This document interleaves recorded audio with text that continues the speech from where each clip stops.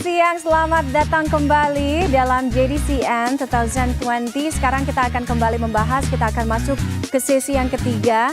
Kita akan membahas terkait dengan inovasi dan teknologi. Becoming Digital Advanced dipersembahkan oleh Bank DKI. Kita tahu bahwa pandemi COVID-19 telah memaksa kita untuk terus berinovasi guna mengatasi keterbatasan perjumpaan fisik. Nah, teknologi digital pun kini telah menjadi jawaban untuk mengatasi keterbatasan itu. Inovasi dan teknologi pun telah membuka peluang ekonomi yang baru khususnya di masa pandemi COVID-19. Social media telah menjadi media yang sangat potensial untuk mendulang itu tadi cuan. Belum lagi semakin berkembangnya transaksi online hingga menjamurnya bisnis startup. Sebagai pusat bisnis, Jakarta pun memiliki potensi yang sangat besar untuk memaksimalkan teknologi digital di semua bidang. Untuk itu, ketersediaan infrastruktur teknologi informasi menjadi sangat penting di era digital. Ketersediaan itu pun akan menjadi ekosistem ideal bagi bisnis startup yang akan menjadikan Jakarta sebagai kota digital.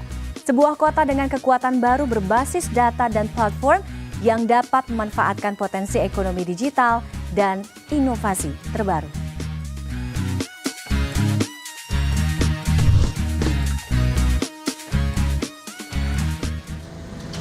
Sebagai pusat pemerintahan dan ekonomi Indonesia, DKI Jakarta menjadi yang terdepan untuk pengembangan ekosistem digital.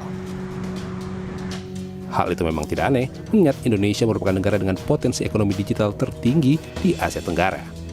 Jumlah pengguna internet di Indonesia nyaris tembus 200 juta, tentu menjadi pasar yang sangat menggiurkan. Fakta ini juga diafirmasi dengan banyaknya unicorn, dekakorn, dan startup yang berlokasi di Jakarta. Pandemi COVID-19 pun tidak mampu menggoyahkan ekonomi digital. Pada April 2020, McKinsey Report mencatatkan peningkatan aktivitas belanja online meningkat 20%. Jakarta pun menyumbangkan transaksi digital terbanyak di Indonesia. Bank Indonesia mencatat masa PSBB telah mengerek transaksi digital hingga 64%. Volume transaksi digital pun terdata tumbuh lebih dari 37%. Tidak hanya sisi ekonomi, ketersediaan infrastruktur digital pun menjadi kian krusial di masa pandemi COVID-19.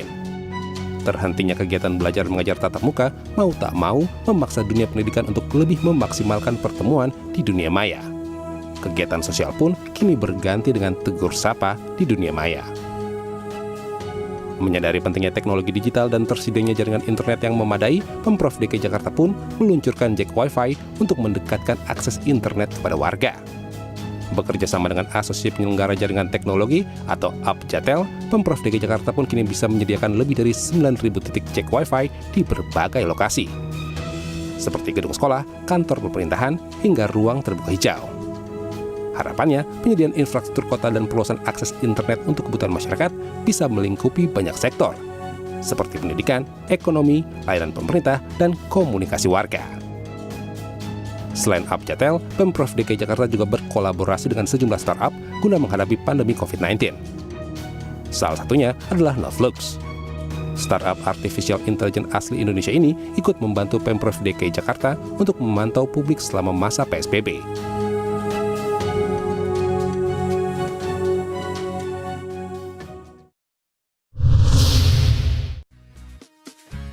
Saya kembali mengingatkan selama diskusi berjalan, para peserta diskusi di Zoom, Anda bisa mengetik pertanyaan, mengajukan pertanyaan melalui chatroom. Sementara itu buat Anda, pemirsa yang menyaksikan lewat channel YouTube CNN Indonesia, Anda juga bisa menyampaikan pertanyaan dan juga komentar di kolom komen. Dan untuk membahas potensi teknologi dan inovasi Kota Jakarta, saya akan ditemani oleh salah satu pelaku di industri teknologi, yaitu Italo Gani. Oke, jadi Mas Gani ini adalah salah satu sekaligus pendiri perusahaan teknologi asal Indonesia, Adscom, yang juga sudah mengembangkan sayapnya ya di pasar internasional. Dan Mas Gani ini juga tergabung di Impacto yang membantu industri startup baru agar bisa mengolah pasar untuk tentunya bisa memaksimalkan potensi kelokalan di daerahnya masing-masing. Halo, selamat siang Mas Gani, apa kabar? Selamat siang, Tiffany. Baik, apa kabar juga? Sehat-sehat semua? Sehat, alhamdulillah. Mudah-mudahan Mas Gani juga dalam kondisi sehat. Terima kasih ya Mas Gani sudah bergabung dalam JDCN Forum 2020 sesuai dengan sesi kita yang ketiga ini adalah teknologi dan juga inovasi. Makanannya Mas Gani sekali. Jadi saya akan langsung serahkan saja ke Mas Gani untuk memandu jalannya diskusi sekaligus untuk memperkenalkan siapa-siapa saja narasumber yang akan bergabung di sesi yang ketiga ini. Silakan Mas Gani. Terima kasih Tiffany. Ya, ini makanan saya tiap hari nih. So, terima kasih Tiffany. So, untuk membahas topik ini sudah bergabung Ketua Umum Asosiasi Penyelenggara Jaringan Telekomunikasi, Mas Arief Angga. Mas Arief ini yang paling paham seperti apa data pengguna internet di Indonesia. Dan dari Mas Arief ini juga kita akan tanyakan apakah Jakarta sudah memiliki infrastruktur teknologi informasi yang ideal atau tidak gitu. Sehingga kalau startup atau all these content company juga atau service dari startup ini sangat tergantung sama infrastruktur. Jadi mungkin Mas Arief nanti bisa memberikan informasi kesiapan dari Jakarta menghadapi boomnya internet gara-gara salah satunya gara pandemic ini juga ya, karena kita harus lebih banyak empower remote based activity dari e-commerce, dari learnings, dari meeting segala macam. Selain dari asosiasi penyelenggara jaringan telekomunikasi telah hadir pula CEO dan juga co-founder dari Notflux, Mas Medi Fitranto. Siang Mas Medi. Notflux sendiri adalah startup AI atau artificial intelligence atau bahasa Indonesianya kecerdasan buatan asli buatan Indonesia gitu kan. Yang saat ini mengembangkan beberapa karya berbasis teknologi. Nanti kita juga akan tanyakan lebih banyak mengenai implementasi AI di Indonesia terutama di Jakarta dan karya-karya apa saja yang mereka hasilkan ya. Lalu yang terakhir hadir bersama kita juga Mas Surya Darmadi. Siang Mas Surya. Siang Mas Italo. Dari Berlin Senate Department of Economic, Energy and Public Enterprises. Mas Surya akan bicara soal smart change, bagaimana kolaborasi antara Jakarta dan kota Berlin di Jerman mewujudkan smart city. Di antaranya hackathon, innovation hub, hingga continuous policy discussion ya. So I think supaya kita mulai di acara ini, saya minta para pembicara untuk memaparkan mengenai apa yang mereka kerjakan ya. Mungkin mulai dari Mas Arief dari Abjatel. Silakan Mas Arief. Terima kasih. Selamat siang Mas Gani. Mungkin paparannya boleh, sorry.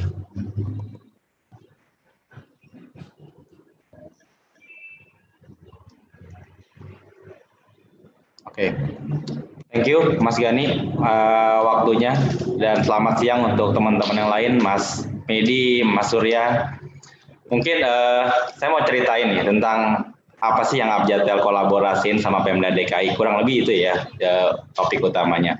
Benar, di era pandemi ini kita itu dipaksa untuk berdigitalisasi lebih cepat dari yang kita harapkan. Sebaik-baiknya, ini kita mesti ingat, sebaik-baiknya apapun teknologi di atasnya, IoT dan lain-lainnya, tanpa infrastruktur yang baik, jujur aja, itu nothing, percuma. Kita nggak bisa lewatin hal-hal tersebut. Jadi pentingnya di sini memang kita dari Abjatel bisa dibilang fokus pada pengembangan infrastruktur telekomunikasi, mungkin khususnya fiber optik saat ini teknologi yang sedang terkini. Memang kita terus mengedepankan ini, mensosialisasikan juga, berkolaborasi dengan pemerintah daerah maupun pusat untuk terus meningkatkan penyebaran infrastruktur digital di Indonesia. Next saja. Oke. Next saja. Next.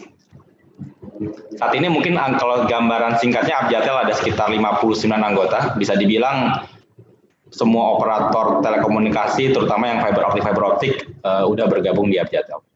Nah, memang kita tadi melihat kita itu bang dipaksa lebih cepat gara-gara COVID, benar. Memang kita belakangan ini pernah melakukan survei. Perpindahan ini luar biasa ya. Yang tadinya di kantor, sekarang di rumah. Yang tadinya di sekolah, sekarang di rumah. Sebenarnya kalau secara number of user saya lihat ini sama, nggak jauh berbeda. Tapi switching pergerakan customer ini sangat berpindah. Bisa dibilang sekarang yang di tengah kota ini traffic itu menurun karena orang sekarang lebih banyak bekerja di rumah, maupun yang di sekolah-sekolah maupun di kampus-kampus dan lainnya. Jadi memang kita pernah mengadakan survei awal tahun lalu, setelah pandemi sekitar bulan April Mei, memang kita melakukan survei, kita melihat pola-pola baru pergerakan jaringan ya, terutama penggunaan jaringan telekomunikasi yang ada di Indonesia. Memang sekarang ini semua bergerak ke arah home, mostly ke arah home. Dan yang di perkantoran tengah kota ini, lucunya belum semua yang di home ini punya jaringan telekomunikasi yang baik. Itu problemnya. Jadi berpindah ke rumah, tapi infrastrukturnya nggak siap. Nah, ini kan jadi problem. Sedangkan kita dipaksa untuk bergerak secara bisa dibilang remote lah ya saat ini. Next.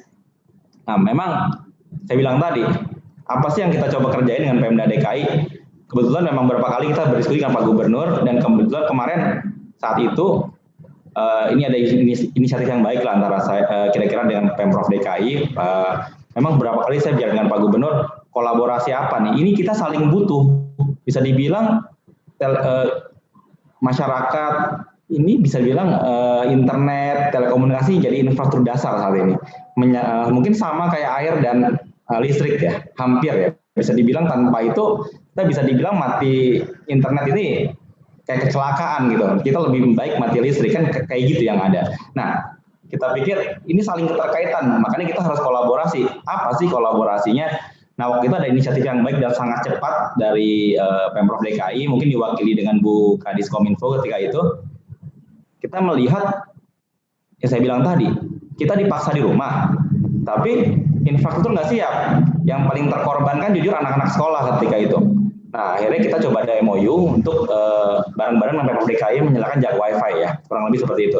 Jadi Abjatel dan anggota tadi yang 59, mungkin nggak semua, sebagian besar yang memang punya jaringan di DKI, bisa dibilang kontribusi untuk secara gratis ya ini ya, secara gratis untuk memberikan jaringan ke beberapa wilayah yang dianggap belum ada. Surprisingly di DKI Jakarta aja kita dikasih data ada sekitar kalau tidak salah sampai 1000-an lebih ya RW kumuh. Itu belum ada jaringan fiber optik di dalamnya. Even di situ nggak ada internet broadband tuh nggak ada. Sedangkan kita untuk belajar dari rumah, sekolah dari rumah nggak mungkin dengan kuota. Itu sih bisa dibilang berapa hari lewat. Jadi mesti dengan akhirnya kita coba next aja. Kita coba inisiatif di situ kolaborasi dengan Pemda DKI. Ya udah, akhirnya memang terselenggara jak wifi ini dari Abjatel dan Pemprov DKI tentunya sangat baik ya. Kita ada support di 5 wilayah kota tersebar. Kalau dari Abjatel sendiri mungkin ada sekitar 90-an titik ya yang tersebar di 5 area Jakarta kurang lebih. Ya, mungkin next aja ini waktu launching dengan Pak Gubernur dengan Pak Wagub juga. Ini waktu kita launching memang ini ada beberapa wilayah, mungkin pelan-pelan aja di next-nya nggak apa-apa.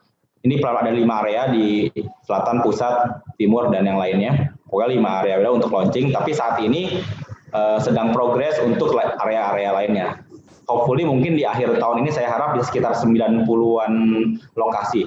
Mostly di RW kumuh atau di tempat-tempat yang memang mendapat diakses oleh publik ya. Dan tentunya dengan saya lihat tempat-tempat yang memang bisa memungkinkan untuk orang berkumpul secara protokol kesehatan. Pastinya itu yang kita kedepankan. Next saja. Ini terus next saja. Nah, ya tadi saya bilang ini ada sekitar 99 lokasi, ada sekitar yang berkontribusi sekitar 15 operator di Abjatel. Dan kalau kita lihat di sini memang ini udah terintegrasi juga dengan Jaki ya, aplikasi yang dari Pemprov DKI punya, di mana nanti di situ bisa dilihat lokasi-lokasi wifi-nya. Tentunya juga ada lokasi yang Pemprov DKI sediakan sendiri, dan yang tentunya yang Abjatel sediakan juga bisa dilihat bersama-sama di situ. Next saja. Ini mungkin teman-teman nanti bisa download. Jadi mungkin lagi dekat lokasi mana di situ bisa dilihat di mana yang terdekat dengan jak wifi yang ada. Nah, ini kita kembali lagi ke infrastruktur. Bisa dibilang benar, kota-kota besar ini kebutuhan telekomunikasi sangat gila-gilaan kan. Sehingga kalau memang dampak dari itu bisa kita lihat, mohon maaf memang sometimes terjadi kesemrawutan jaringan nih kalau kita lihat di kota-kota. banyaknya kabel yang semrawut, DLL, tapi itu memang nggak bisa dihindari karena bisa dibilang tandanya itu pertumbuhannya sangat cepat, sehingga sedangkan memang ketika itu belum ada peraturan yang benar-benar menaungi hal tersebut. Nah, tapi menindaklanjuti hal tersebut, memang Pak Gubernur akhir tahun 2015 menurunkan Ingup ini, di mana memang layaknya kota metropolitan yang ada di kota-kota di dunia ya, baiknya jaringan itu memang berada di bawah tanah, rapih, jadi sehingga tidak semrawut dan sebagainya. Next saja. Nah, berkolaborasi juga dengan Pemprov DKI, Abjatel dan anggotanya, coba untuk bersama-sama merapikan. Ini mungkin di next pelan-pelan aja, karena cukup banyak. Kita coba merapikan dari 90-an lokasi tadi yang ada di Ingup, kita berhasil merapikan di 2019 itu kurang lebih sampai awal 2020 sekitar 56 ruas jalan. 56 ruas jalan di DKI. Mungkin kalau teman-teman kemarin ada yang macet-macet, tapi itu bagian ya mau nggak mau karena memang kita harus merapikan. Sehingga mungkin di 56 ruas jalan tersebut, alhamdulillah jaringan-jaringan yang semrawut tadi itu udah rapi nggak seperti sebelumnya. Memang masih banyak PR kita bersama dan tentunya ini perlu ditingkatin lagi kolaborasi ini. Karena balik lagi, infrastruktur itu nomor satu. Baru yang di atasnya ini, yang kita nikmati di handphone kita itu buah infrastruktur yang baik. Itu perlu kita pahamin memang. Next. Masih ada berapa slide lagi, Mas Arif? Dikit aja pelan-pelan ya, udah mau habis. Okay. Nah ini, jadi intinya ini memang bagian dari kolaborasi kita untuk membantu merapikan jaringan-jaringan yang kurang pas lah di DKI Jakarta. Waktu sudah habis, Mas Gani? Ya. Oh, oke. Kayaknya sih udah habis juga. Slide-nya tinggal contoh-contoh aja. Mungkin nanti bisa ditanya jawab. Oke, terima kasih Mas Gani waktunya. Ya. Terima kasih Mas Arif. Terima kasih udah bangun Jakarta, karena saya juga sebagai pengguna internet sangat tergantung terhadap infrastruktur tadi ya, fiber tadi ya. So next mungkin saya startup yang ngebuat konten on top of the internet yang sangat tergantung dengan apa yang tadi Mas Arif kembangkan. Silakan Mas Medi memaparkan tentang NoteFlux untuk 8 menit. Oke, sebentar share screen.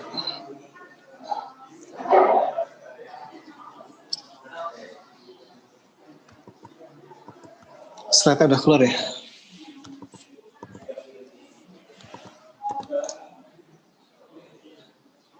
Slide-nya sudah keluar ya?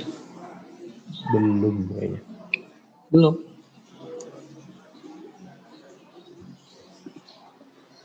Share screen-nya, di sini saya udah share screen. Ya. Udah ya, oke. Ya, terima kasih Mas Italo dan panitia untuk JDCN. Assalamualaikum warahmatullahi wabarakatuh, selamat siang. Jadi saya ingin cerita tentang kolaborasi NoteFlux sama Jakarta, dan tadi emang yang dibawahi sama Mas Arif emang ini ya, terkait banget sama yang kita lakukan karena infrastruktur benar-benar jadi fondasi dari kita bisa tumbuhnya seberapa jauh gitu ya. Dan mungkin ini tak kenal maka kata sayang, jadi kita itu membuat vision AI jadi praktikal ya. Memang berangkat dari perkotaan, tapi sekarang kita udah mulai masuk ke beberapa solusi untuk private ya. Dan mungkin skip ya, kita cukup bangga kita diisi oleh talenta-talenta terbaik dari Indonesia, 100% Indonesia. Dan yang menarik, NoteFlux itu, jadi kalau sekarang lumayan populer face recognition, nah kita itu satu-satunya company dari Indonesia, startup, yang algoritma diciptakan oleh Indonesia itu terdaftar di NIST di US. Lulus tes di sana dan kita dapat ranking 25 dari seluruh vendor global di sana gitu ya. Dan implementasi udah dari mudah-mudahan di ujung barat dan ujung timur Indonesia untuk beberapa implementasinya. Success story kita di Asian Games 2018, lanjut ke IMF World Bank Group Summit, dan juga integrasi data kependudukan dengan Dukcapil. Dan terkait dengan agenda ini adalah ini co-creation dengan Jakarta Smart City. Sehingga saya dulu acaranya sekitar setahun yang lalu di bulan Agustus Septemberan ya. Dulu bareng sama jadi membicarakan tentang City for oleh Pak Gubernur tentang co-creation. Akhirnya Jakarta buat kita, karena kita dikasih banyak katalog permasalahan disebutnya ya, kita jadi bisa nyari solusi apa yang bisa kita kasih. Dan dari situ lumayan banyak solusi-solusi yang bisa diterapin ke Jakarta gitu. Dari pertama untuk ke arah road traffic monitoring, habis itu kita dari sini dapat data untuk kebijakan dan yang lainnya, sempat juga kita untuk parkir, jadi integrasi dengan beberapa startup lainnya juga. Jadi kolaborasinya itu co-creation dengan ekosistem gitu ya. Di sini kita mencoba untuk mendigitalkan sistem parkir di Jakarta. Jadi sampai pembayaran dan juga untuk data-data semua jadi lebih lengkap dibanding sekarang parkir yang ilegal gitu ya. Lalu ya ini beberapa implementasinya, dan mungkin yang kemarin terkait sama COVID ya, ini erat banget terkait penggunaan masker, mobilitas penduduk di Jakarta di jalanan, termasuk di beberapa lokasi entertainment ataupun restoran dan yang lainnya gitu ya. Kita kerjasama untuk bisa mendapatkan data behavior masyarakat, karena memang untuk menangani COVID ini butuh kerjasama antara pemerintah dan juga masyarakatnya gitu. Dan di sini nanti bisa dimonitor juga secara transparan, accountable bagi pemerintah dan juga pihak yang dimonitor, sehingga bisa menjadi landasan kebijakan maupun untuk penegakan. Termasuk kemarin juga kita dalam lab itu kita mencoba solusi untuk ketertiban pajak kendaraan. Jadi lumayan banyak mobil-mobil yang di jalan raya itu pajak itu bermasalah, dan itu kita turut berkontribusi untuk penertibannya gitu ya. Dan mungkin saya membawa sedikit dari konteks Jakarta tadi, innovation, co-creation menuju ke arah Indonesia gitu ya. Karena saya ngelihat bahwa pertama ini sering diceritain ya, bahwa Indonesia itu tahun 2030 2045 kita akan jadi 4 biggest GDP purchasing power parity ya di dunia ya.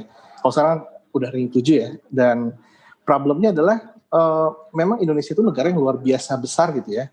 Dan kita kemarin kalau lihat unicorn di Southeast Asia juga 8 unicorn, 5-nya dari Indonesia. 3-nya lagi nggak akan jadi unicorn kalau dia nggak masuk pasar Indonesia gitu kan. Itu kan ngegambarin seberapa besar Indonesia ini secara volume ekonomi gitu kan. Nah cuman problemnya itu beda antara tadi yang di depan kita kan ada China, India, US ya. Mereka itu negara yang udah memang teknologi production, dan kita itu lebih banyak masih consumption. Nah ini akhirnya ekonomi ditopang oleh ekonomi basis konsumsi, dan ini saya melihat bahwa memang butuh innovation creation. Kalau biasanya kalau di BPPT, di Ristek, bahasannya triple helix, quadruple helix, ataupun pentahelix. Kita lagi mencoba untuk terus mensinergikan hal itu gitu ya. Dan ini kita lihat bahwa memang acceleration teknologi terhadap waktu itu eksponensial, sehingga mungkin apa yang kita lihat sekarang dan ke depan itu berubah secara akselerasi yang tinggi, sehingga negara yang kompetitif itu pasti negara yang mampu berinovasi dengan teknologi untuk bisa membantu solusi di scope sistemnya gitu kan. Dan problemnya ini, Global Innovation Index Indonesia tahun 2019 itu kita ranking 85, ini kita kalah sama Malaysia, Singapura, Brunei, Vietnam, Thailand, Filipina. Jadi dibilang menyedihkan, sangat menyedihkan sebenarnya. Nah, terus berpikir gimana cara kita bisa mendorong innovation ini gitu kan. Dan tadi untuk akselerasi inovasi, kita juga, ini saya kalau di Notfax lumayan flashback ya, kita lumayan banyak terinspirasi sama Pak Habibie ya. Kita kalau lihat mungkin kalau kita refresh di YouTube gitu, kita cari First Flight N250 itu mungkin teman-teman akan ngerasa merinding gitu ya. Ngelihat gimana Indonesia bisa bikin pesawat terbang. Kalau sekarang kan bikin motor, bikin mobil aja malu-malu kayak bisa nggak bisa gitu kan. Zaman dulu bisa bikin pesawat terbang, turboprop dengan fly-by-wire pertama di dunia, yang memang secara competitiveness itu compete dengan ATR dari France gitu ya. Dan ini karya anak Indonesia gitu kan. Dan itu membuat kita, kayak Indonesia harusnya ada di titik yang seharusnya deh. Dan itu kepercayaan di kita juga bahwa Indonesia itu berhak untuk jadi negara maju, dan kita harus ikut berpartisipasi, berkontribusi untuk kemajuan itu gitu. Dan kita percaya bahwa tadi butuh gotong royong dan usaha kolektif dan kolaboratif, dan ini terkait sama Jakarta 4.0 ya. Mungkin saya nggak tahu yang lain udah di ini belum, tapi kalau saya kebetulan pernah dengar paparan Pak Gubernur ya, jadi antara Jakarta 1.0 yang awalnya lebih ke arah memerintah gitu ya, terus lebih ke arah nge-serve 2.0, abis itu lebih ke arah melayani yang di memfasilitasi yang di 3.0, dan 4.0 itu lebih ke arah kolaborasi, co-creation gitu ya. Dan saya ngeliat bahwa memang tadi triple helix, quadruple helix, apapun itu kita memang harus berkolaborasi untuk percepatan inovasi Indonesia, dan semoga solusi-solusi kayak Notflux dan startup-startup lainnya itu bisa semakin baik dan bisa memajukan Jakarta, kota-kota semuanya, dan juga Indonesia secara kolektif gitu ya. Mungkin dari saya itu, terima kasih. Thank you, terima kasih Mas Mehdi for the inspiring deck. I think deck ini inspire more startup untuk create solusi-solusi yang terbaik untuk Indonesia dan Jakarta. Ya makanya ada GDCN, kata C-nya kan collaboration, jadi emang itu yang akan kita push di sini. So selanjutnya saya persilakan Mas Surya untuk memaparkan presentasinya dalam waktu 8 menit. Oke, baik, terima kasih Mas Italo. Silakan yang dari timnya, bila sudah ready untuk dipresentasikan.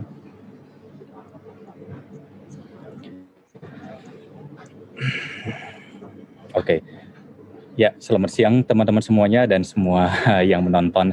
Jadi saya Surya Darmadi, mewakili Smart Change, dan di sini saya akan lebih menceritakan kolaborasi antara Jakarta dan Berlin sebagai yang punya ikatan sister city di sini. Nah, boleh lanjut ke slide berikutnya. Singkatnya dari kegiatan Smart Change, kita sadar bahwa yang namanya perubahan itu tidak bisa dilakukan dengan ngasal gitu ya. Harus dilakukan dengan cerdas, pastinya begitu kan. Dan tadi Mas Arif sudah menceritakan tentang infrastruktur, lalu Mas Medi cerita tentang konten, dan Mas Italo juga mungkin yang menjembatani gitu kan ya. Nah di sini kegiatan yang kita kerjakan fokus pada kolaborasi dan komunitas sesuai dengan topik JDCN hari ini ya gitu ya.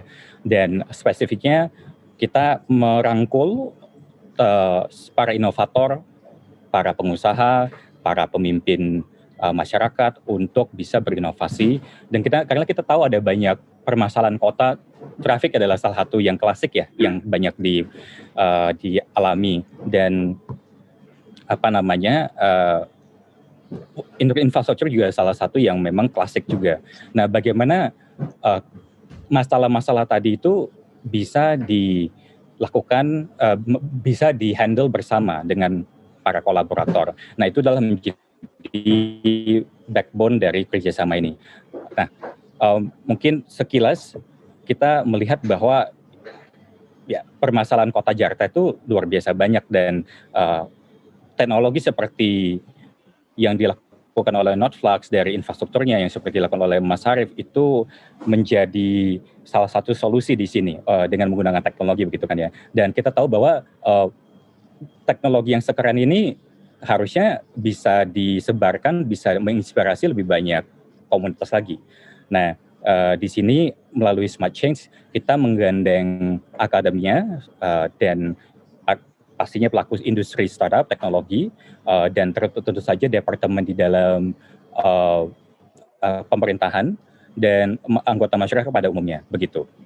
Di mana kegiatan-kegiatan yang kita kerjakan itu merancang dialog. Yang tadi nggak ngomong jadi ngomong, yang tadinya nggak tahu ada teknologi sekarang Notflux dan teknologi yang dilakukan oleh Mas Arif jadi tahu begitu ya. Dan bagaimana caranya agar setelah dialog ini ada suatu perubahan kecil lah yang dimulai dulu begitu. Saya lanjut ke slide berikutnya. Oke. Nah, mengulang lagi tadi yang dari slide sebelumnya, merangkum slide dari slide sebelumnya, di sini kita ngeliat bahwa permasalahan itu kan nggak cuma yang berhubungan sama mobilitas, tapi juga permasalahan dari smart governance sendiri, misalkan bagaimana pemerintah bisa melayani masyarakat dengan lebih baik lagi. Mungkin yang tadinya berapa bagian administrasi itu bisa di-replace dengan teknologi yang digital dan otomatis begitu ya.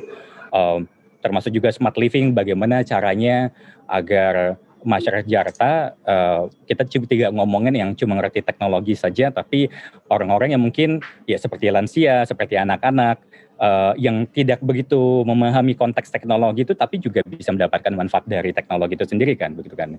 Nah, solusi seperti ini itu yang kita lihat sebagai solusi yang baiknya lebih bisa ditelurkan ya begitu ya. Nah, dan kegiatan kita, boleh saya ke slide berikutnya? Oke. Jadi kalau dari poin penjelasan tadi kita merangkum orang-orang dari smart city officials, terus lalu juga dari institusi, dan di sini kita tahu bahwa interaksi seperti inilah yang lebih banyak dibutuhkan. Saya boleh ke slide berikutnya lagi.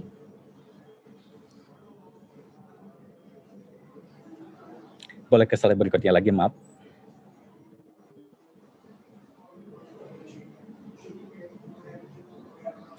Nah, secara praktis apa yang kita kerjakan di 2-3 bulan lalu kita menggandeng berbagai pelaku industri, dan yang terjadi adalah kita bangga bahwa ada 9 solusi yang under the radar, yang mungkin tidak pernah dikenal sebelumnya jadi dikenal dan berhasil menandatangani kerjasama dengan Jakarta Smart City.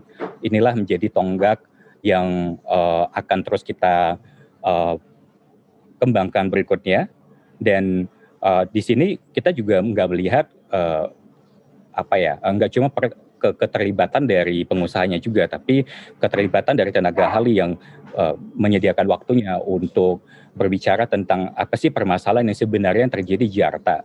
Karena dengan kita selalu ngomongin teknologi untuk memecahkan masalah, tapi banyak sekali orang-orang yang tidak memahami masalahnya itu sendiri apa begitu. Nah, melalui hackathon seperti ini kita bisa membawa permasalahan-permasalahan tadi kepada publik. Jadi publik juga bisa mencerna dan tidak cuma sekedar merasakan dampak negatifnya, tapi juga memahami sisi lainnya. Oh, oke, saya sebagai warga negara apa nih yang bisa saya lakukan, dan juga bisa berempati kepada orang-orang yang sudah selama ini melayani masyarakat begitu. Nah, pada prinsipnya dengan kita mendekatkan orang-orang dari sisi pengusaha, dari sisi researcher, dari sisi pemerintah yang tadinya itu nggak pernah ngobrol, yang nggak pernah ketemu, sekarang jadi punya empati, sekarang jadi mengerti masalahnya. Dan ujung-ujungnya kita mengerti bahwa ini kota Jakarta, kota kita semua, milik kita semua. Saya tinggal di sini, saya mau hidup enak, saya mau bisa makan dengan enak. Ya sudah, saya juga mesti berkontribusi begitu. Nah, itu kurang lebih pesan yang disampaikan. Dan sisi dari Berlin yang kami bawa ke sini adalah dan dari European Union pastinya, bagaimana kita bisa membawa expertise atau model-model teknologi yang sudah biasa diterapkan di Jerman khususnya atau negara-negara lain di Eropa, dan apa yang bisa dibawa ke Jakarta begitu. Seperti kemarin kebetulan ada event kemarin di mana kita membuat satu ajang kolaborasi untuk ngobrolin ini. Kira-kira kalau untuk teknologi perawatan pasien-pasien yang mungkin nggak cuma untuk COVID saja ya, tapi untuk pasien untuk permasalahan kesehatan lainnya, itu seperti apa sih perawatannya? Apalagi sekarang di rumah sakit juga butuh steril dan butuh teknologi yang bisa membantu perawat dan dokter itu untuk bisa melayani masyarakat dengan lebih baik lagi kan. Nah, dan itu ada case study yang dibawa kepada forum, sehingga mungkin bagi pelaku-pelaku medis di Indonesia, di Jakarta, itu bisa terinspirasi dan mungkin sudah mulai bisa mengetahui, oke, ada teknologi yang seperti ini hadir, kira-kira saya bisa menggunakan teknologi itu juga di Indonesia, lalu manfaatnya apa nih buat kita gitu kan ya.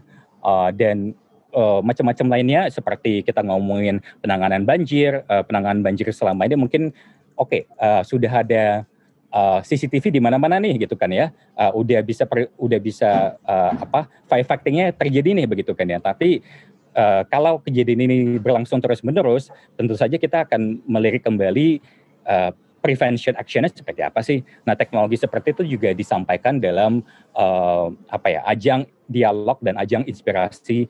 Dan kedepannya yang akan kita kerjakan adalah kita membuat satu list dari network yang bisa diakses.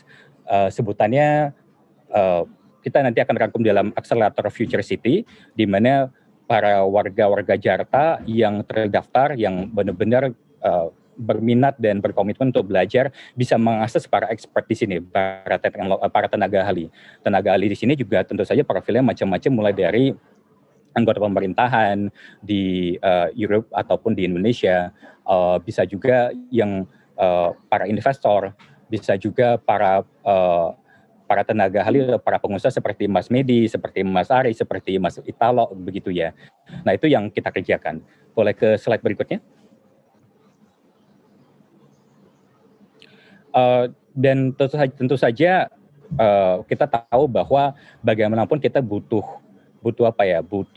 brainstorming dengan praktis ya, begitu ya. Sehingga kita juga membuat satu kegiatan namanya Innovation Hub, Future City Innovation Hub, di mana orang-orang yang tertarik untuk berinovasi untuk menyelesaikan masalah-masalah urban itu bisa hadir di sana, tentu saja dengan protokol kesehatan yang sudah diarahkan untuk bisa mengakses laboratorium yang bisa diakses bersama. Jadi kan kayak sekarang udah banyak banget orang-orang yang pengen create konten nih, begitu kan ya. Tapi saya bukan coder nih, saya bukan programmer, jadi saya bisa ngapain toh, gitu kan ya.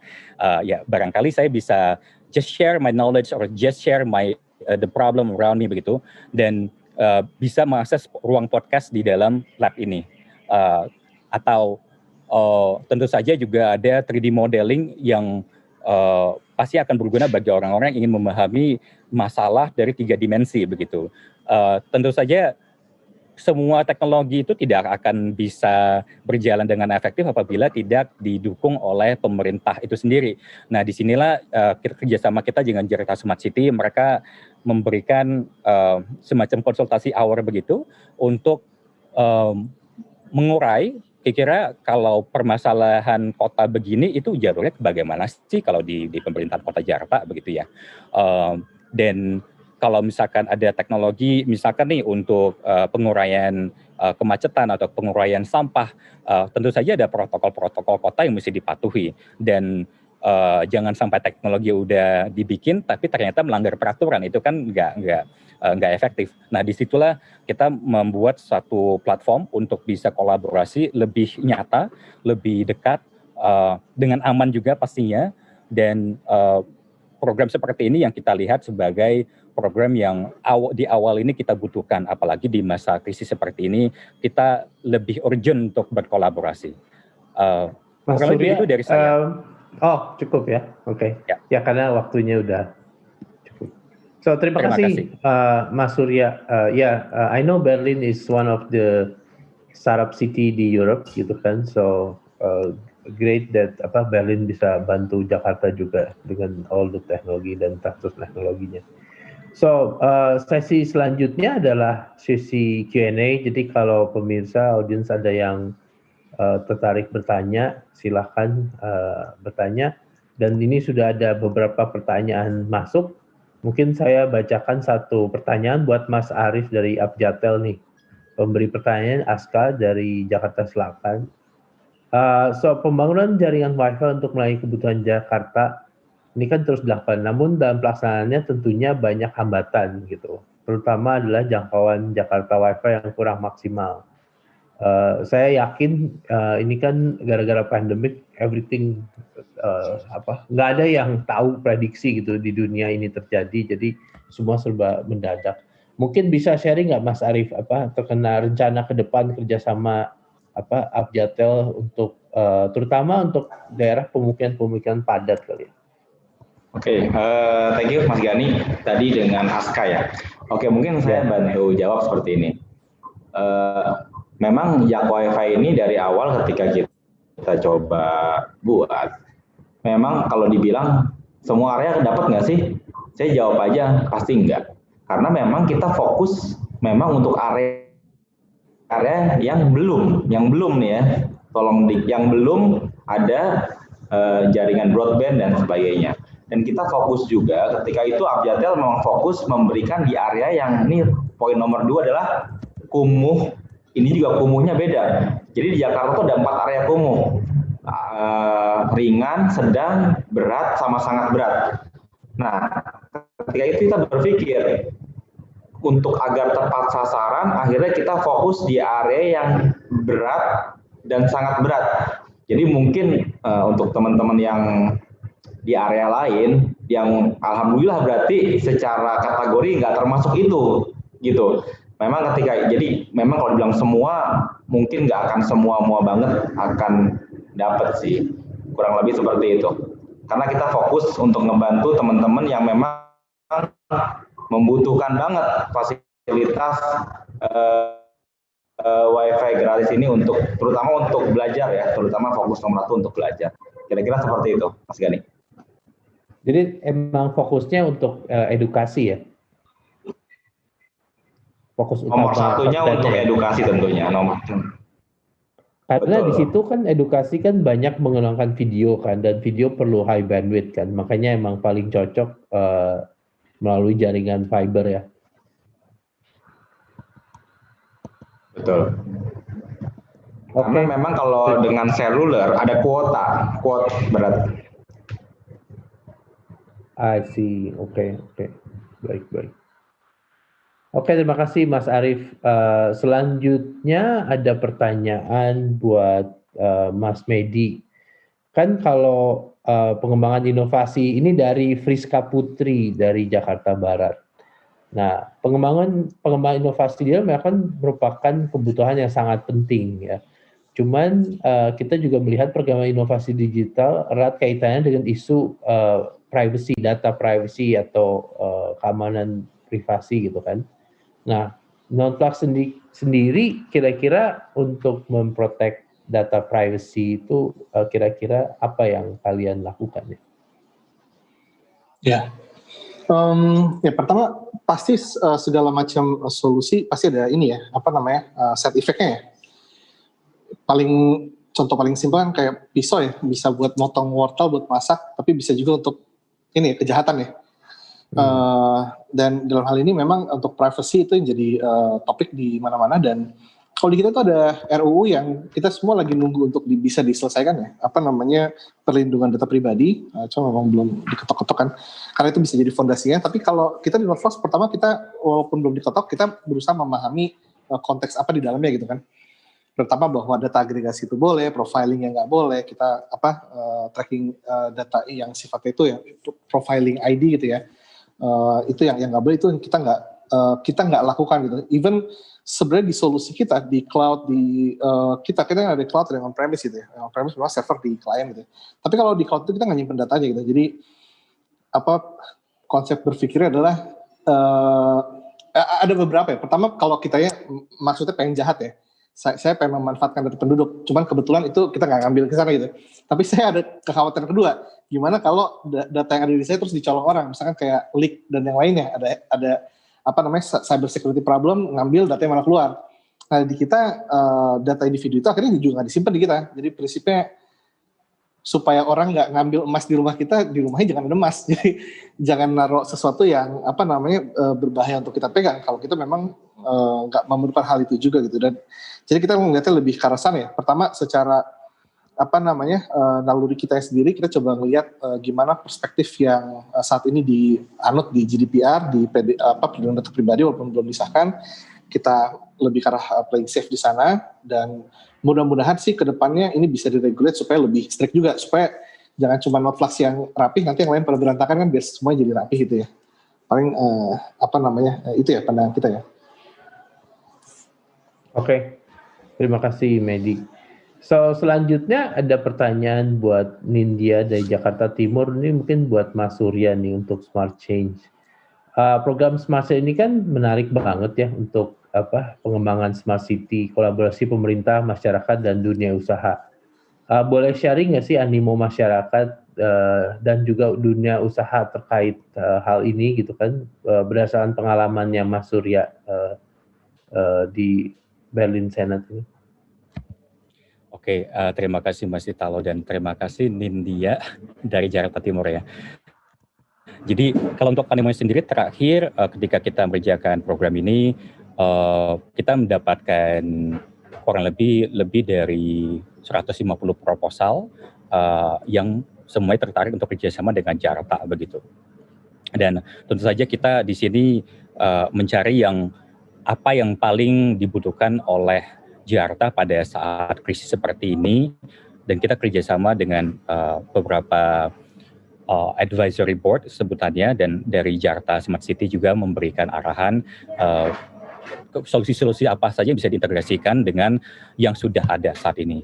Nah, dari kita juga melihat animo lainnya dari berbagai paparan tentang permasalahan urban ya, mulai dari smart living, smart mobility, smart environment dan lain-lain, dan itu semua dihadiri total lebih dari 3.000 view kurang lebih dalam 7 webinar di sana. Jadi kita melihat bahwa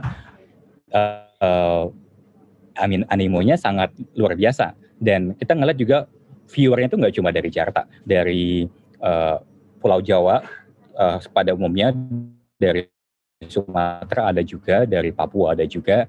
Semua itu semua haus ilmu, semua haus ingin tahu, semua haus ingin kerjasama dengan Jakarta, dan semua ingin berkolaborasi dengan Jakarta, begitu. Animonya begitu sih, Mas. Oke. Dan pastinya mungkin ya. Silakan. Ya, finalnya ya kita melihat juga bahwa setelah ada animo, dan what gitu ya. Ya harus ada prakteknya, dan prakteknya yang tadi saya sebutkan ada 9 perusahaan teknologi yang bekerjasama dengan Jakarta Smart City yang sudah tanda tangan kontrak juga, dan sekarang sedang dalam pengembangan bagaimana integrasinya begitu. Ya, saya kemarin berkesempatan juga diminta jadi juri di acaranya Berdit. Emang startupnya menarik sih, solusinya cukup menarik yang mereka tawarkan. Mungkin pertanyaan lanjutan buat Mas Surya nih sekalian, ini ada dari Denny K, Mas Denny. Future City Hackathon apakah bersinergi dengan Innovation Hub, dan apa kelanjutannya, dan sinergi dengan Jakarta itu gimana? Mungkin bisa sharing program lanjutannya atau gimana? Oke. Ya, program lanjutan dari program Smart Change ini adalah kita membuat semacam Innovation Hub yang tadi sudah dijelaskan sekilas, menjadi suatu platform atau semacam laboratorium di mana para kolaborator ya, mulai dari orang-orang yang dari sisi staf pemerintah, dari pengusaha, dari investor, dari researcher, itu semua bisa propose kira-kira solusi apa yang bagus dan cocok untuk dilaksanakan di Jakarta begitu. Itu nanti ada fasilitas fisiknya begitu.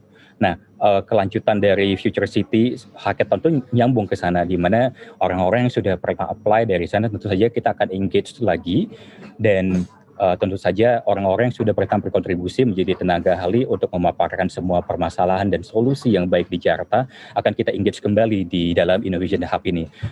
Jadi yang tadinya itu dalam konteks ad hoc, satu kali event, kita akan membentuk ini menjadi sesuatu yang lebih sustainable, sesuatu yang bisa diakses dengan lebih gampang, lebih terstruktur bagi semua warga Jakarta. Kurang lebih gitu, Mas.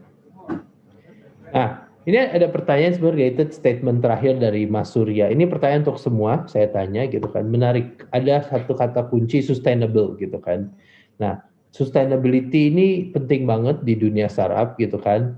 Mungkin pertanyaannya untuk semua, gimana selalu inovasi itu kan mempunyai biaya besar gitu kan.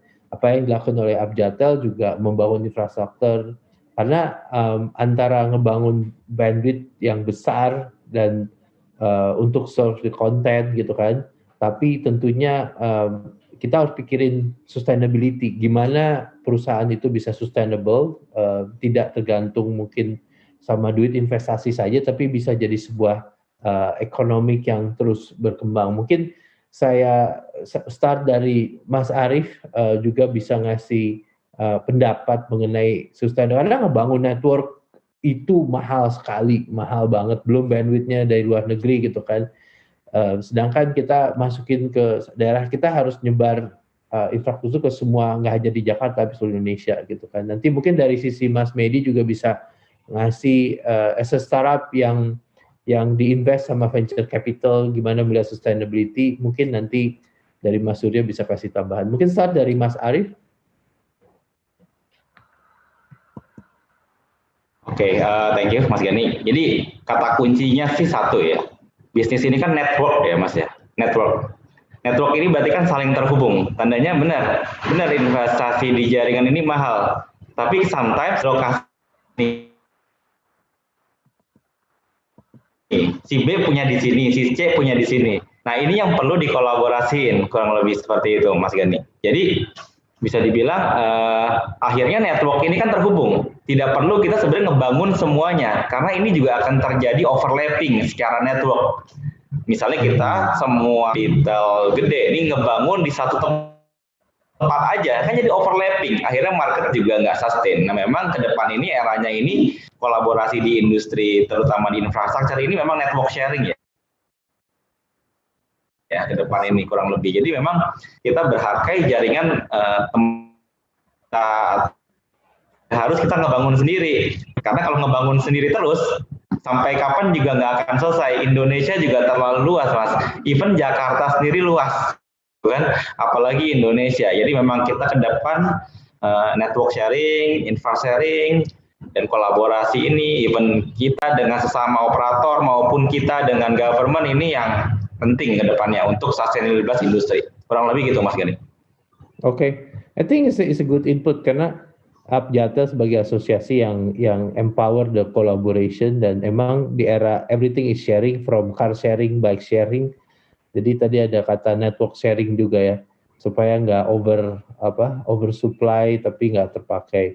Mungkin sekarang ke Medi as a startup, gimana pendapat mengenai sustainability sendiri ya? Ya, menarik ya. Kalau untuk di startup, karena kan journey-nya dari awal, ini kalau di Novlox, saya berdua dulu, saya sama Ais gitu kan, co-founder, punya tim, awalnya develop, prototyping gitu ya. Dan kebetulan memang di topik kita sendiri sekarang memang lagi ngejarin foundation untuk sustainability. Dan kalau saya lihat, pertama kuncinya pasti product market fit yang scalable, itu kesana ya. Jadi nggak yang by luck, by chance, kebeli, nggak kayak gitu. Jadi kita harus punya semacam scalable engine, baik untuk membuat produknya ataupun untuk market itu accept-nya gitu. Jadi throughput-nya bisa terus kejaga. Itu pertama secara produk ya. Selagi itunya nggak ada, itu pasti nggak akan ada money flow ini gitu. Tapi secara startupnya sendiri, kalau kita sendiri lumayan, COVID kemarin lumayan ngasih pelajaran luar biasa ya. Gimana cara kita manage financial, sebenarnya gaya startup tuh kayak apa sih gitu kan. Terus kita lihat ada kasus WeWork, kasus di US gitu kan. Dan kita coba lumayan banyak nge-retros di area itu, dan kita menjadi lebih prudence dalam banyak hal. Jadi nggak kelihatan kayak image startup seluruh, tapi kita lebih prudence, lebih coba rapih itu untuk jadi fondasi ya. Ujungnya ke arah scientific management untuk systematic management untuk sustainability ke depan. Saya pikir kalau dari sisi startupnya itu product market fit yang punya engine scale, habis itu memang manajemen yang lebih baik. Dan selanjutnya terkait dengan ekosistem, balik lagi saya setuju sama Mas Arief, dan memang topik di sini itu tentang kolaborasi ya. Karena di Novlox pun sekarang kita akhirnya ngambil stay fokus ya, dan kita baru partner. Kita akhirnya yang bagian partner itu bisa, walaupun kita bisa nggak kita ambil, kita lebih penting kita fokus kolaborasi itu lebih mempercepat growth kita gitu. Kita jadi tahu kita itu posisinya di mana, fokusnya di mana, dan kita semua jadi bisa secara secara sinergi itu jadi semuanya bisa tumbuh gitu. Nggak lebih karena ngelihat gain yang kita pengen berapa segala macam, dan kita akhirnya dari hal itu kita akhirnya ngebikin ekosistem partner gitu kan. Dan itu membuat saya pikir ya fondasi pertumbuhan yang lebih sustainable, karena nggak self tapi lebih ada network ekosistem yang bantu jadi fondasi untuk long term ya. Mungkin saya pikir itu kali ya kalau secara pandangan startup ya. Ya mungkin kasih tambahan sih Matt. Jadi ya, mungkin bisa kasih wejangan untuk para calon startup founders, karena kan you are the center of universe. Ada infrastruktur, ada Mas Surya yang ngebangun ekosistem, dan startup actually kan diperlukan lebih banyak inovator dan orang-orang yang berani untuk membuat sebuah usaha baru seperti waktu Medi dan iStart 2. Mungkin kenapa lu bisa melakukan ini, dan maksudnya dan mungkin dengan saya melihat sekarang ada Jakarta juga sudah aktif, Jakarta Smart City, MRT juga punya BUMD juga punya MRT Accelerator gitu. Kalau dirimu sendiri melihat gimana sih ekosistem sehingga para startup founders itu juga tambah semangat untuk startup? Iya, kalau tadi ya, kalau saya coba ngelihat ini ya, big picture pasti selalu ke Indonesia ya. Mungkin ntar egois nggak mikirin dunia, apalagi misalnya kayak Mas Surya kan dari Berlin, Jepang. Tapi lebih karena memang Indonesia di sendiri ini banyak PR yang ya harusnya jadi negara gede, cuman banyak problem yang memang ya korupsi, birokrasi dan yang lainnya gitu ya. Tapi kan kita ngelihat gimana masa sekarang ini hope itu kayak gimana sih. Nah saya kebayang waktu saya bisnis misalnya 10 tahun lalu sama sekarang itu beda banget ya. Dulu nyari pendanaan itu susahnya kayak apa, kredit ke bank kalau nggak punya jaminan, nggak punya 2 tahun sebelumnya nggak ada. Terus gimana cara munculin 2 tahun kalau kita nggak punya masukan awal gitu kan. Jadi kayak itu problem zaman dulu. Kalau sekarang anak baru masih kuliah bikin prototype, kasih ide ke investor, dapat uang yang gede yang ini. Dan makanya saya lumayan suka speaking ke universitas, ngebikin mahasiswa ini the best time, the best moment. Dan problemnya ini the best moment bukan cuma di Indonesia, tapi di semua negara di seluruh dunia gitu kan. Dan kita ada konteks tadi bonus demografi. Gimana caranya nih angkatan produktif ini rame-rame pada pengen berinovasi, solusinya mau AI, mau aplikasi, mau apapun, yang penting mereka value creation ya, bukan makelar. Itu saya khawatirnya makelar ya. Saya ada sedikit pandangan perbedaan waktu kemarin misalnya kayak Alibaba ya. Ada kan Amazon lagging ke China 10 tahun, Alibaba. Begitu Alibaba muncul, itu dia kan connectin antara supply dan demand di China. Dan itu growth China tuh luar biasa karena dia ningkatin demand seamless, habis itu masuk ke supply itu mampu. Dia produksi sendiri. Tapi coba lihat kalau misalkan kita di Indonesia ya, kita ke Tokopedia, Bukalapak gitu ya, Shopee, JDID, lihat barang-barangnya. Seberapa kita tahu itu barang Indonesia sama barang China. Kadang nih shippingnya ketahuan agak lama, ini dari China nih. Dan most banyak porsinya itu dari China. Jadi ekonominya perputaran uangnya tinggi, naik, tapi root dari value creation awalnya itu bukan dari Indonesia, kita jadi maklar. Nah ini yang balik tadi saya kawal ke GDP, purchasing power politik dari ke depan, kita ada bonus demografi, ada konteks volume ekonomi sana. Kalau sampai kita itu sebagai negara yang konsumtif, ditopang itu sejelek-jeleknya fondasi negara kita, sustainability negara akhirnya. Kita negara yang, kalau lihat, kalau kayak perang kemarin ya, China sama US ya, Trump sama Huawei perang, Huawei bilang, oh ya udah kalau perang nggak apa-apa, teknologi 5G kita yang punya, teknologi 6G kita udah bentar lagi. Dia santai, coba Indonesia digituin, semua diambil kita nggak bisa apa-apa. Itu kalau kita konsumsi. Jadi saya coba ngeliat perspektif ke sana dan apa yang bisa kita nyoba hope. Dan dengan Jakarta yang 4.0, City 4.0, konsep co-creation kan ngasih kesempatan ya untuk anak muda, untuk anak yang lebih muda lagi, yang mungkin masih SMA, masih kuliah atau baru lulus untuk bisa berinovasi. Akhirnya tadi entrepreneurship naik, inovasi naik, dan tujuan akhirnya kita jadi negara yang mandiri, yang merdeka beneran gitu. Saya sih mungkin pandangannya gitu ya. Oke, terima kasih, Matt. Saya sama-sama. Personally experience ngelihat Medi waktu pertama kali sampai sekarang. Emang kesempatan itu emang untuk anak muda sekarang jauh lebih besar.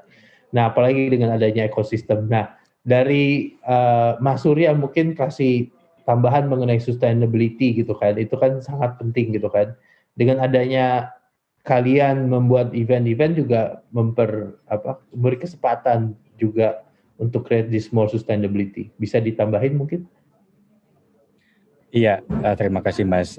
Jadi saya sepakat sama Mas Arief tentu saja, satu bagian sharing, kedua tentang value creation yang tadi disampaikan oleh Mas Fedi. Balik lagi, sebenarnya kita semua udah tahu teorinya, kita udah semua punya resource-nya gitu.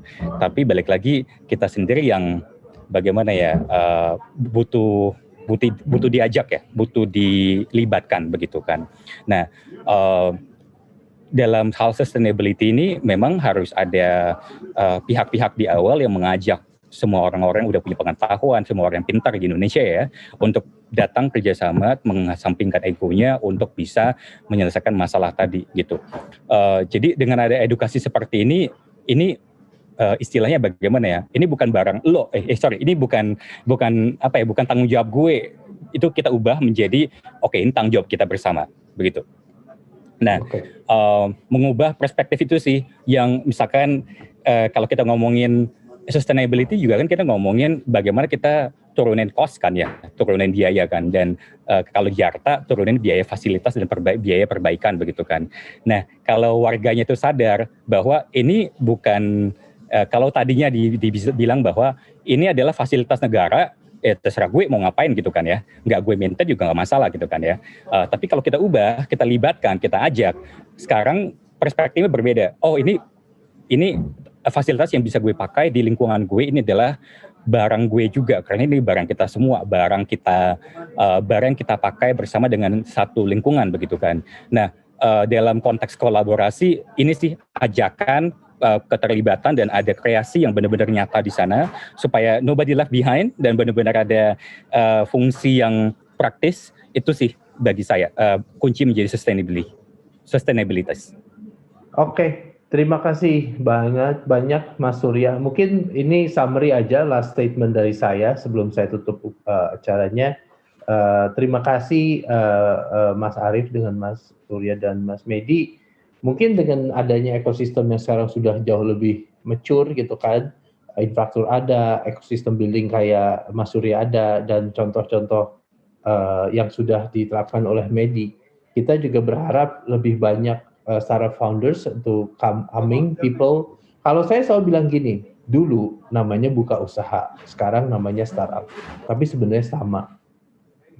Sekarang dengan ada ekosistem semua, sangat mudah untuk siapapun membuka usaha dengan menggunakan teknologi untuk empower more efficiency.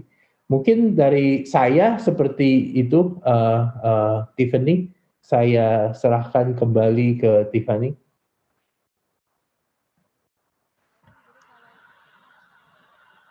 Oke, terima kasih Mas Gani dan juga para narasumber, sangat menarik ya. Jadi kalau misalnya saya simpulkan sedikit juga di sini saya sambil memantau tadi jalannya diskusi melalui inovasi kemudian teknologi ini sekaligus mampu membuktikan bahwa apapun bentuk kesulitannya di masa pandemi ini justru menjadi tantangan ya, dan semua itu bisa dihandle, semua bisa diatasi. Bahkan kalau kita lihat gitu ya, masyarakat secara nggak langsung ini memang dipaksa semuanya untuk di masa pandemi ini jadi melek teknologi, bilangnya melek teknologi sekaligus juga beradaptasi. Jadi makanya kita memerlukan supporting tools gitu ya, support system. Salah satunya jaringan diharapkan ke depannya jadi ceruknya lebih besar lagi terkait dengan akses, kemudian sehingga aliran dampaknya ini bisa dirasakan oleh semua masyarakat. Kemudian juga pengamanan terkait dengan privasi, perlindungan data pribadi di era digital saat ini juga harus menjadi concern tentunya. Karena kita tahu intinya digitalisasi tidak akan berjalan dengan maksimal tanpa adanya sinergi dan juga kolaborasi. Terima kasih sekali lagi moderator saya di sesi Innovation and Technology ada Mas Italo Gani, kemudian ada Mas Arief Angga, Mas Medi Fitranto, kemudian juga Mas Surya Darmadi. Salam sehat semuanya, tetap sehat. Semoga kita bisa ketemu lagi di lain kesempatan untuk membuka ruang diskusi. Terima kasih, selamat siang. Terima kasih. Siang. Pemerintah DKI Jakarta mendorong semua pihak untuk terus berkolaborasi dalam membangun kota Jakarta untuk lebih maju dan berkembang. Ide kolaborasi untuk membangun Jakarta bisa Anda tuangkan pada fitur Collaboration Wall melalui website jdcn.plusjakarta.com. Baik, itu tadi di sesi yang ketiga terkait dengan inovasi dan teknologi Becoming Digital Advanced City bersama Bank DKI. Sekarang kita lebih paham lagi, kita lebih mengerti lagi bagaimana jika menciptakan smart city membutuhkan kolaborasi yang berkelanjutan dari banyak pihak. Selanjutnya akan hadir sesi berikutnya, sesi keempat, Community Talks dengan tema Transportation, Collaboration within public transportation, connection, what's in it for user.